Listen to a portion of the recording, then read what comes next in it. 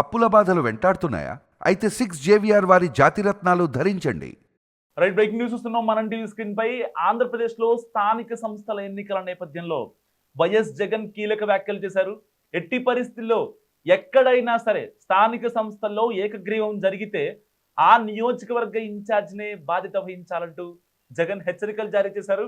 So ఎట్టి పరిస్థితుల్లో ఏ ఒక్క చోట ఏకగ్రీవం అనేది జరగకూడదు. ఒకవేళ జరిగితే ఆ నియోజకవర్గ ఇన్ఛార్జ్కి ఎమ్మెల్యే టికెట్ ఇవ్వను అంటూ కూడా జగన్మోహన్ రెడ్డి కీలక వ్యాఖ్యలు చేశారు. ఒక రకంగా జగన్ అందరి ఇన్ఛార్జ్లకు ఒక కీలక హెచ్చరిక జారీ చేశారు. ఒక్కసారి ఆ జగన్ మాట్లాడిన బయట విన్నాం.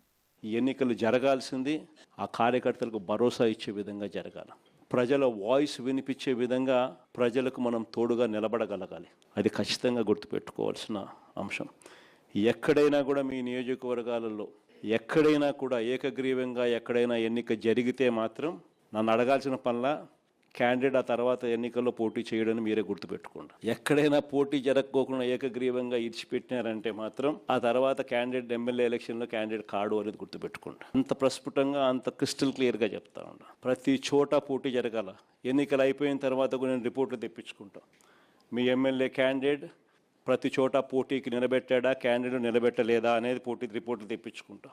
నిలబెట్టిన తర్వాత మీ ఎమ్మెల్యే క్యాండిడేట్ ఆ క్యాండిడేట్లకు ఏ విధమైన సపోర్ట్ ఇచ్చినాడు, సపోర్ట్ బాగా ఇచ్చాడా, బలంగా నిలబడ్డా మీతో పాటు, అవునా కాదా అన్న రిపోర్ట్లు కూడా తెప్పించుకుంటాం. ఖచ్చితంగా ఆ మేరకు పాజిటివిటీ మీ దగ్గర నుంచి రావాలి. ఈ ఎన్నికలు మన కార్యకర్తల కోసం గట్టిగా నిలబడితేనే కార్యకర్తలు మన ఎన్నికల్లో మన కోసం గట్టిగా నిలబడతారు అన్నది ప్రతి ఎమ్మెల్యే క్యాండిడేట్ కూడా తన సిస్టంలోకి జీర్ణించుకోవాల్సిన అవసరం ఉన్న అంశం. సో విన్నారు కదా, ఎట్టి పరిస్థితిలో ఎక్కడా కూడా ఏకగ్రీవాలు జరగకూడదు అని చెప్పి చాలా కరాఖండిగా చెప్పారు జగన్మోహన్ రెడ్డి. సో ఇలాంటి నేపథ్యంలో ఒక్కసారి ప్రీవియస్కి వెళ్దాం. ఎప్పుడైతే గత స్థానిక సంస్థల ఎలక్షన్స్ జరిగాయో, సో సరిగ్గా అప్పుడు జనసేన నుంచి కానీ, లేకపోతే తెలుగుదేశం పార్టీ నుంచి కానీ, బీజేపీ నుంచి కానీ, లేకపోతే పక్క రాష్ట్రం కాంగ్రెస్ దగ్గర నుంచి కానీ ఏకగ్రీవాలు జరిగితే దాని మీద అంత గట్టిగా ఫోకస్ చేసాయా? ఒక్కసారి తెచ్చుకోండి. ఎందుకు తెచ్చుకోమన్నానా కూడా వస్తాను, మీకు నేను చెప్పే ప్రయత్నం చేస్తా. సో సరిగ్గా చాలామంది స్థానిక సంస్థల ఎన్నికల విషయంలో, ఎంపీటీసీలు, జడ్పీటీసీల విషయంలో అనవసరంగా అక్కడ ఎలక్షన్ నిధులు, ప్రజా వ్యయం ఎందుకు జరగడం అని చెప్పి చాలామంది ఆలోచిస్తారు. అది ఏ పార్టీ ఉన్నా, అప్పుడెప్పుడో ఎన్టీఆర్ ఫస్ట్ సీఎం అయినప్పటి నుంచి ఇప్పటి వరకు అదే సంస్కృతి నడుస్తుంది. కానీ ఒక్క వైసీపీలో మాత్రం ఈ యొక్క సంస్కృతి డిఫరెంట్ అని చెప్పడానికి ఇది ఒక్కటే పర్ఫెక్ట్ ఎగ్జాంపుల్ అని చెప్పొచ్చు. ఎందుకంటే పర్టికులర్గా అక్కడ ప్రజా నిధులు, ఆ ప్రజా సొమ్ము ఏదైతే ఉంటుందో అది అనవసరంగా ఖర్చు కాకూడదు. దానివల్ల ఆ డబ్బులే ఉంటే సో రేపొద్దున కాన్స్టిట్యున్సీకి ఏదైనా ఉపయోగపడవచ్చు. వాళ్ళకి ఏదైతే ఖర్చు పెట్టాల్సిన డబ్బుల్ని అదే దానికి, లేకపోతే వేరే చోట ఆ డబ్బే ప్రజలకి ఉపయోగపడుతుంది అనే యాంగిల్లో చాలా మంది ఆలోచిస్తూ ఉంటారు. ఇక్కడ అంటే ఎమ్మెల్యే, ఎంపీ ఎలక్షన్స్ అప్పుడు చాలా మంది అంటే అదొక పర్టికులర్గా ఇగోలకు తీసుకొని ఎంత దూరంగా వెళ్ళిపోతారు. ఆల్మోస్ట్ ఎలక్షన్స్ ఇంకొక సంవత్సరం రెండేళ్లు ఉంది అని అనుకుంటే దానికి సంబంధించి మొత్తం కూడా వీళ్ళు అంటే వాళ్ళ వెనకాల ఆస్తులు కావచ్చు, ఇంట్లో బంగారం కావచ్చు, సో అన్ని ఆల్మోస్ట్ అమ్మేసే ప్రయత్నం చేస్తారు. ఎట్టి పరిస్థితుల్లో గెలవాలి లేదా చావాలి, డూ ఆర్ డై అన్నటువంటి సిచ్యువేషన్. కానీ స్థానిక సంస్థల ఎన్నికల్లో ఎంపీటీసీ, జడ్పీటీసీల్లో అలాంటి సిచ్యువేషన్ ఉండదు.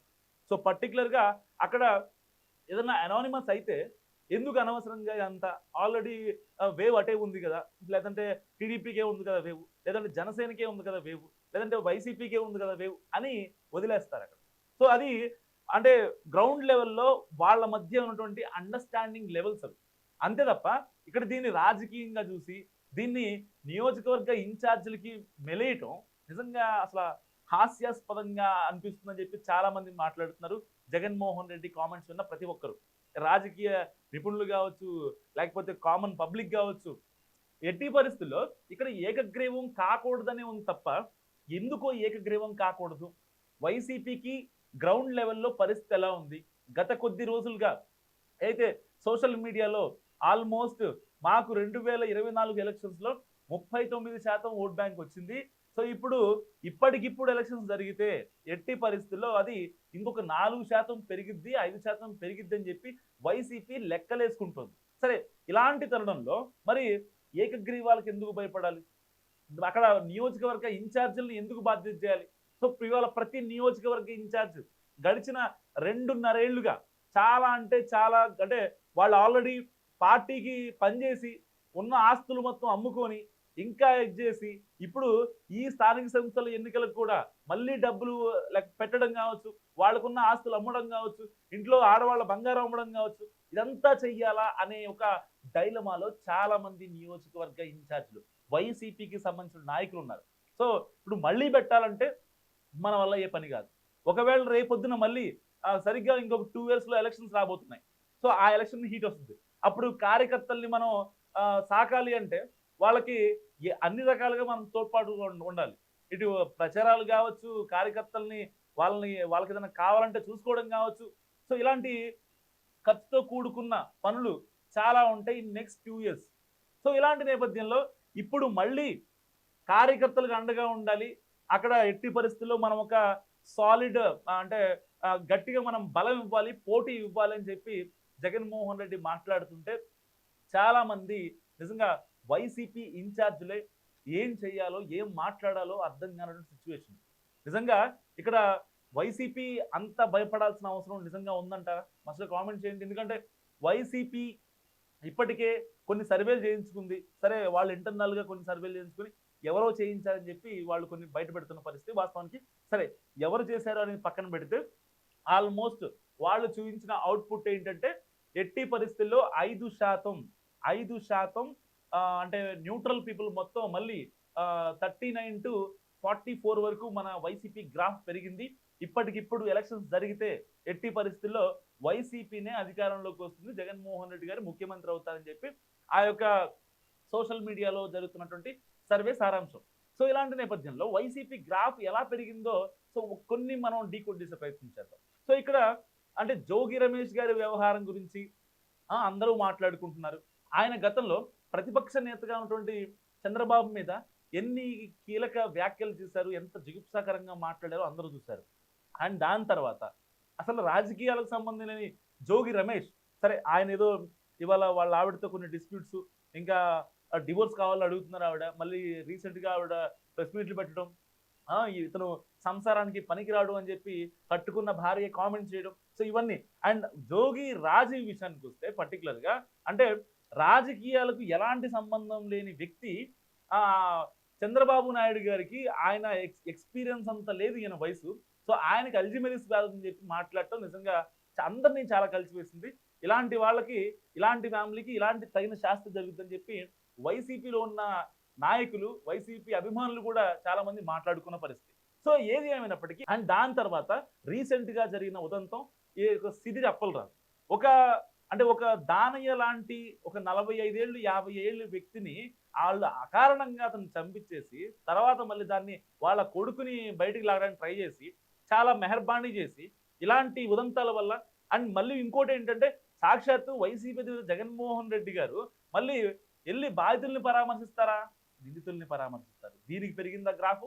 అండ్ ఇంకో విషయం, ఏదైతే సింగయ్య చనిపోయాడు, జగన్మోహన్ రెడ్డి గారి కారు కింద పడి సింగయ్య అనే ఒక వ్యక్తి చనిపోతే కనీసం వాళ్ళని ఇంటికి పిలిపించుకొని మాట్లాడి లేదంటే వాళ్ళని వెళ్ళి పరామర్శించడమో, వాళ్ళ ఫ్యామిలీకి ఎంతో కొంత సహాయం చేయడమో కాదు, మళ్ళీ వాళ్ళని కూడా అక్కడ వదిలేస్తారు. ఇందుకు పెరిగిందా వైసీపీ గ్రాఫ్. ఆడుదాం ఆంధ్ర కార్యక్రమంలో ఎంత స్కామ్ జరిగిందో ఇప్పటికీ సిట్ రిపోర్ట్ ఇచ్చింది. ఎట్టి పరిస్థితుల్లో ఇటు రోజా గారు కావచ్చు, బైరెడ్డి సిద్ధార్థ రెడ్డి కావచ్చు, వీళ్ళంతా ఆరోపణలు ఎదుర్కొంటున్నారు. ఇలాంటి వాళ్ళ వల్ల గ్రాఫ్ పెరిగిందా? జోగి రమేష్ లాంటి వాళ్ళు చంద్రబాబు నాయుడు ఇంటి మీదకి దాడికి వెళ్ళి అత్యంత దారుణంగా అక్కడ బిహేవ్ చేసి ఆ తర్వాత వచ్చి బయటకు వచ్చి మంత్రి పదవి వస్తే ఇలాంటి వాటి వల్ల మీ గ్రాఫ్ పెరిగిందా? ఇంకా పెద్దిరెడ్డి రామచంద్రారెడ్డి శ్రీకాళహస్తి ఫైల్స్ దగ్ధం కావచ్చు, మైనింగ్లో అక్రమాలు కావచ్చు, ఆల్రెడీ అటవీ భూమిని కాజేసి మంగళం ప్రాంతంలో ఒక పెద్ద ఫామ్ హౌస్ కట్టి ఆ అటవీ భూమిని ఆక్రమించడం ఎంత పెద్ద క్రైమ్. అండ్ పైగా మళ్ళీ వాటిని వాళ్ళ ఇంట్లో కూలోళ్ళ కోసం అని చెప్తారు ఆయన. సరే, ఎవరికి కోసం ఇచ్చారో అది పెద్దిరెడ్డి గారు ఇస్తుంది, వేరే విషయం. సో ఇలాంటి వాటి వల్ల గ్రాఫ్ పెరిగిందా? ఎన్ని అక్రమాలు, ఎన్ని అరాచకాలు, ఇటు లిక్కర్ స్కామ్లో పెద్దిరెడ్డి మిథున్ రెడ్డి దాదాపుగా 72 రోజులు జైల్లో ఉన్నారు. ఇలాంటి వాటి వల్ల మీ గ్రాఫ్ పెరిగిందా? రీసెంట్గా కారుమూరి నాగేశ్వరరావు అరెస్ట్ అయ్యారు లిక్కర్ కేసు సంబంధించి. అయితే దానికి సంబంధించి జగన్మోహన్ రెడ్డి గారే ఉంటారు, జస్ట్ ఒక 2 కోట్లే కదా స్కామ్ చేసిందంట. అక్కడ సిద్దిరప్పలరాజు కొడుకు ఒకరిని చంపేశాడు అంటే పాపం పిల్లోడు అంటారు. వివేక హత్య కేసు జరిగింది, ఆ వైఎస్ అవినాష్ రెడ్డి మీద అలిగేషన్స్ ఉన్నాయంటే ఆయన మా ఇంట్లో పాపం పిల్లోడు అంటారు. అంటే ఇలాంటి వాటి వల్ల గ్రాఫ్ పెరిగిందా? పోనీ ఇలాంటి వాటి వల్లే మీ గ్రాఫ్ పెరిగింది, రప్ప రప్ప బ్యాచే మేము అని అని వైసీపీ నేతలే అంటున్నారు. మరి ఇలాంటప్పుడు నియోజకవర్గ ఇన్ఛార్జీలను ఎందుకు బ్లేమ్ చేయాలి? 5% గ్రాఫ్ పెరిగిందని బహిరంగంగా చెప్పుకుంటూ ఇటు ఏకగ్రీవాలు జరిగితే అంత ఇదిగా ఉండి నియోజకవర్గానికి ఇప్పుడు ఇప్పటిదాకా ఉన్నటువంటి ఇన్ఛార్జీలు సో వాళ్ళు ఎంత కోల్పోయారో వాళ్ళకి మాత్రమే తెలుసు. మరి ఈ చిన్న లాజిక్ జగన్మోహన్ రెడ్డి అర్థం చేసుకోలేదా? ఇప్పుడు చాలా మంది వైసీపీ నేతల్లో ఈ యొక్క డౌట్ రేజ్ అవుతుంది. ఒకవేళ ఇప్పుడు మన స్థానిక సంస్థల ఎన్నికల్ని ఎంత ఇదిగా తీసుకున్నా సరే ఎట్టి పరిస్థితుల్లో కూటమికే వెళ్తాయి. సో కూటమికి వెళ్ళి అక్కడ మనం ఏకగ్రీవం కనుక చేస్తే ఆల్మోస్ట్ చేయకుండా ఉంటాం, చేస్తే కనుక ఇన్నాళ్ళు పడ్డ కష్టం వేస్తా అంటూ చాలా మంది నియోజకవర్గ ఇన్ఛార్జ్లు మాట్లాడుకుంటున్నారు. మరి జగన్ తీసుకున్న ఈ యొక్క సెన్సేషనల్ డెసిషన్ గురించి మీరేమనుకుంటున్నారు? మస్తు కామెంట్ చేయండి.